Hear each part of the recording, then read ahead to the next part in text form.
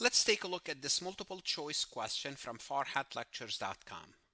Omega frequently misses the 2/10 and 30 discount offered by their supplier. It uses the net method for purchases. Why do that, right? If you're going to be constantly missing. Which of the following best describe the effect on Omega's financial statement? Now, if you're taking this question on Farhat Lectures and you want to kind of get a refresher what's a net method, you could ask AI to explain Farhat that AI to explain the topic. Otherwise, start to answer the questions. A. Assets are overstated when discounts are missed. Well, does this make sense? If you miss a discount, if you miss something good, would that increase your assets? It just doesn't sound right. Because increasing your asset is something good and missing a discount is something it's not good. No, that's not going to be the answer. Expenses increase through purchase discount lost.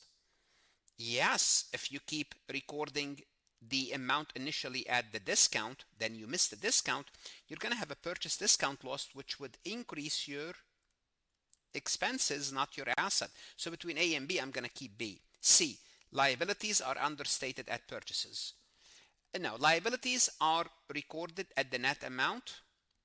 They're not understated. They're not understated. They are recorded at the net amount. D, there's no effect since the method assumes discounts are not taken. Now, the net method assumes that the discount is taken. Therefore, the best answer choice is B as in boy.